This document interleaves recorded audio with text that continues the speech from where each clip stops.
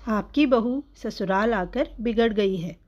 कुसुम अपने माँ बाप की सबसे बड़ी बेटी थी। बुआ जी कुसुम के लिए नीलेश का रिश्ता लेकर आई और धूमधाम से कुसुम और नीलेश की शादी हो गई। ससुराल में कुसुम छोटी बहू बनकर आई।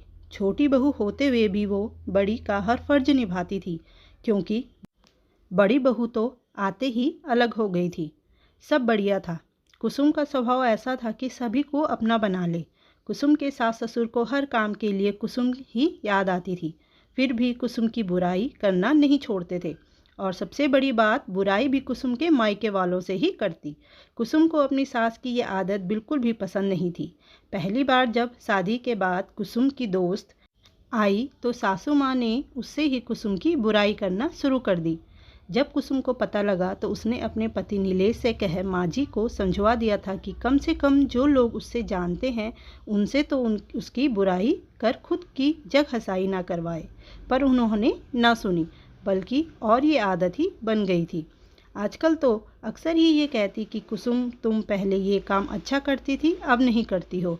फिर भले ही वो कोई भी काम हो, हर बात पर सासू माँ की टोका टाकी से कुसुम बहुत परेशान हो चुकी थी। कुसुम की मौसी उसके ससुराल आई थी, तब सासू माँ की किटी पार्टी भी थी। वो मौसी को भी साथ ले गई और आदतन सबके सामने ही कुसुम की बुराई करने लगी।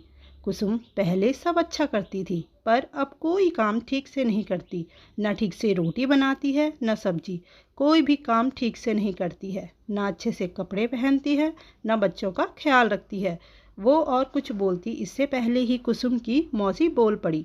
लगता है ससुराल में आकर बिगड़ गई है, क्योंकि हमारे घर की तो वो बड़ी बेटी है और सारा घर और ऑफिस दोनों अच्छे से संभालती थी और बड़ों से लेकर बच्चों तक सभी का ध्यान भी रखती थी।